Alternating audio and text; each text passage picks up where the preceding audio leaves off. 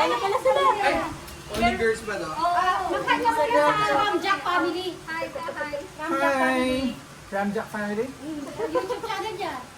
Ah, meron na pala. Parang ano, Tony Talks, ganun. Oo. Ayun, Wala nang laman. meron na. Asan yung mag-iina pa ng school nila?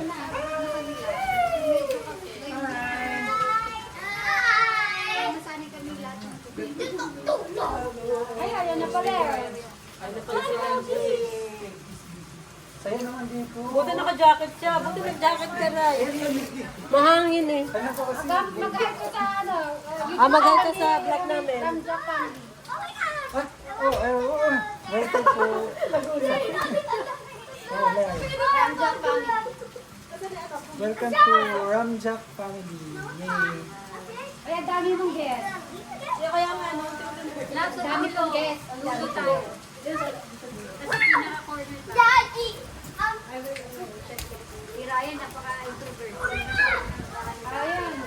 Ayan, girl. Mainit eh. Pero ngayon, sa amin, okay na. Pero kung minsan sa labas, saka maaari ayaw na ng, kung hindi lang family, hindi makikisip mo pa. Kaya ko.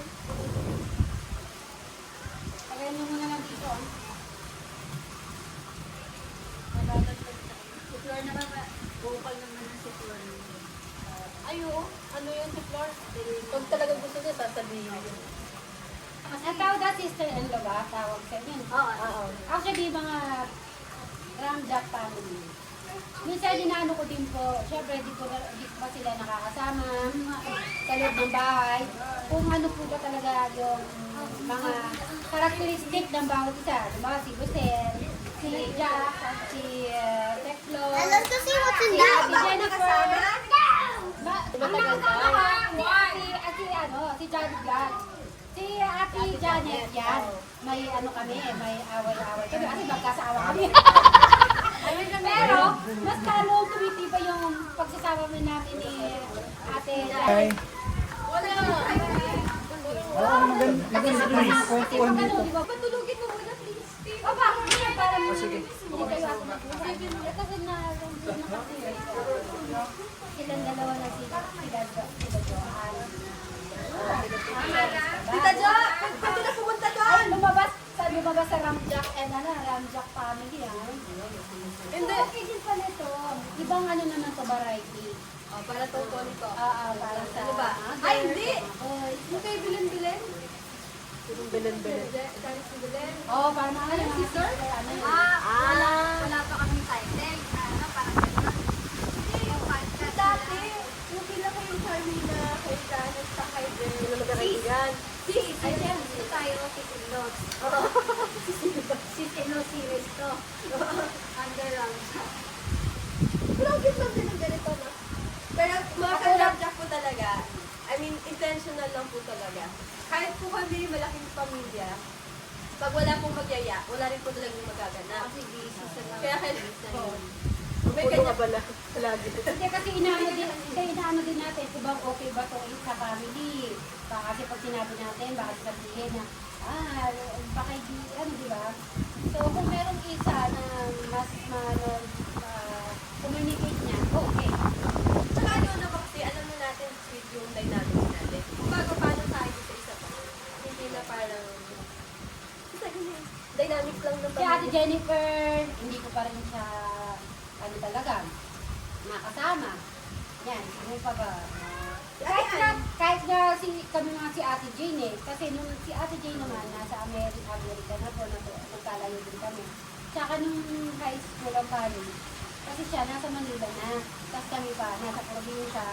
Kung napunta kami doon, talaga siya yung nagtatayo namin sa, ano, walang ano yun. Pag nag-movie kami, kasama siya. Pag nag-grocery or ano, kasama siya.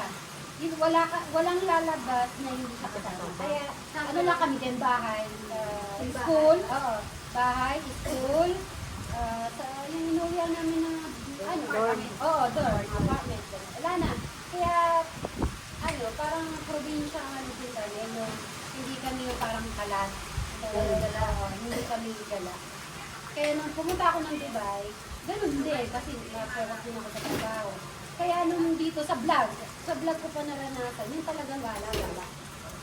Lalo na, yung mga, yung ni Ate Takumi, doon ko na yung mga gala-gala sa mga hotel, yan. Shout out Ate Takumi.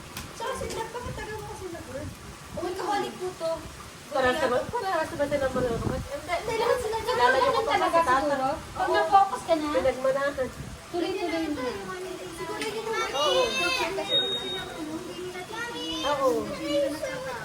Ay, no, it's not. Tapos lalo na na-attach ka pa sa mga nakasama mo, mga staff. More na talagang tutulungan. Kasi yung puso mo kasi nagtatrabaho sila para sa kanila pamilya. Lalo na pag yung puso ko nagbuwag doon. Iano ko sila, tutulungan ko sila. Lalo na, tapos buti nga sabi ko, nung pa yung nagkagera-gera sa Dubai, nakadami ko ba na responsibility? Gano'n. Siyempre, Kakasabi nga lang, hindi yun eh. siyempre po, uwiin ko sila. Siyempre, takot sila, iyak sila. Kaya ilan, may bandahin pa. Kasi hindi lang po Pilipino nung hawak ko po nun, yung mga, may mga, iba ba? Kasi, mga African, may China, ano pa, Indian, Nepal, yan, and more Filipino, taga sa amin. Siyempre, pag ikaw ang pinuno doon, ikaw na lahat talaga ang mag-present. Kahit na nakakaibigay talaga sa kanila.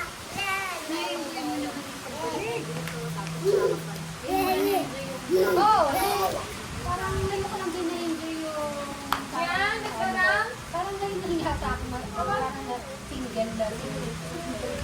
Parang hindi ko na ano kasi yung gala-gala.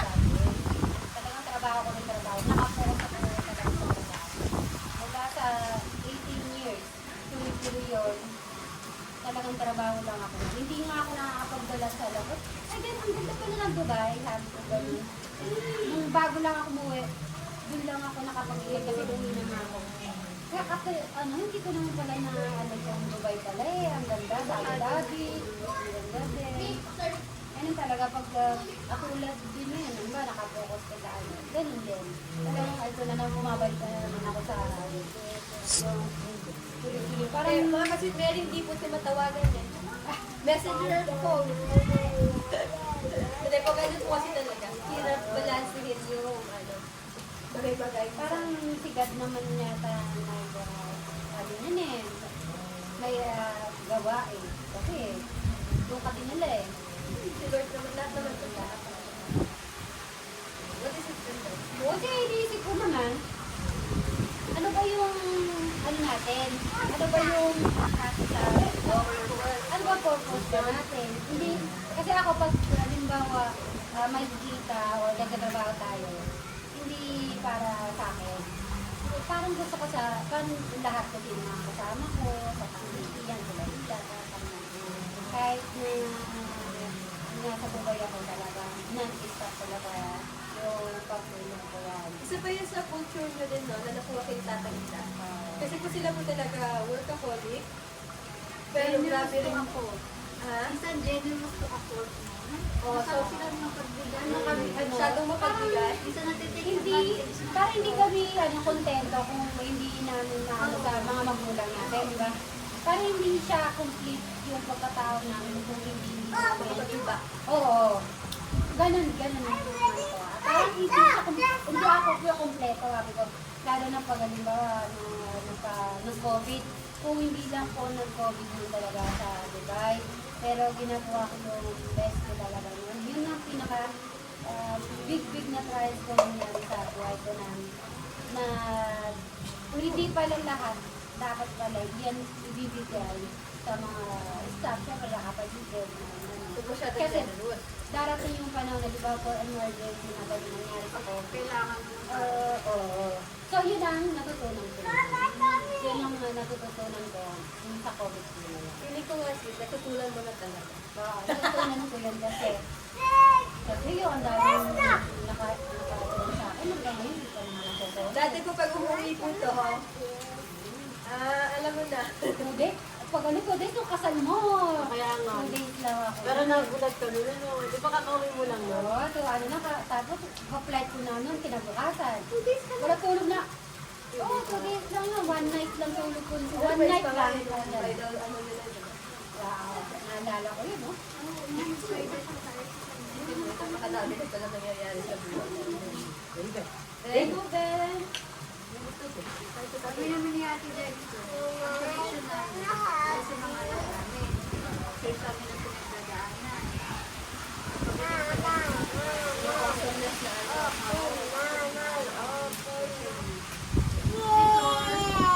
Dati, college pa sila, may sisirain ang hindi na makakain. Hindi makatulog si Kuya Ryan. Tapos binibigyan ko na ng pagkain, tapos sila, Nagpantuhan pa rin sila. parang sila yung may thesis, pero sila yung relax. Kaya okay naman yun. Ano lang, no? No, pala pinagawa pala yung assignment. Oo, nagpaano kami doon. Yung nag-present ako na wala akong program talaga. I mean, nag-defense ako na walang program. Documents lang. Tapos mga through the years yun, napapalahan namin sila. Kasi matagal dito yun, di ba? Ano pa kami nung Una pa kali. 2010? 2011? Ah, 2013 kayo pinasal. 12. Ay, 12, November 28. Oh, November 12. 2012. Si Ate Jack, nakita ko lang siya nung kasalit ko. Nagkakilala naman kami dahil kay Philip muna, tapos kay June. So, doon na naging unang kami. Nung kumakain sila kasi sa taas, inakyat ka ba rin tata? Dapat nung pauwi na kami. Ano pa uwi? Hindi! Di ba pumunta ka muna sa bahay bago ang kasal namin? Wala yung Oo. Yung after ng kasal, ay, Ikaw nagkasal na, pumunta na siya sa bahay. Kain tayo sa resort. Ini-interview ko siya ilang taon na sa atin.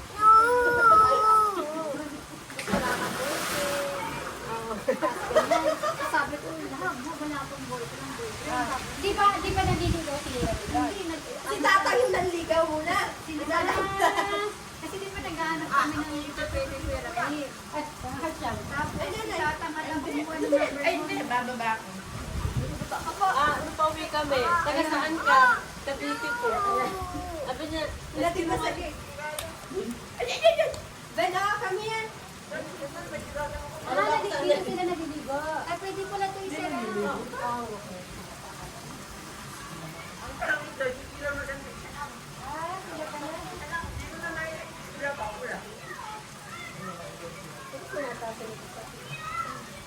Habang hinihintay pa po namin si Kuya Bore ng my birthday boy. Tumawag ba sila? Oo. Paano ka mag-ano doon? Para lang. Yan ka eh, pag Hindi ko kasi gano'n.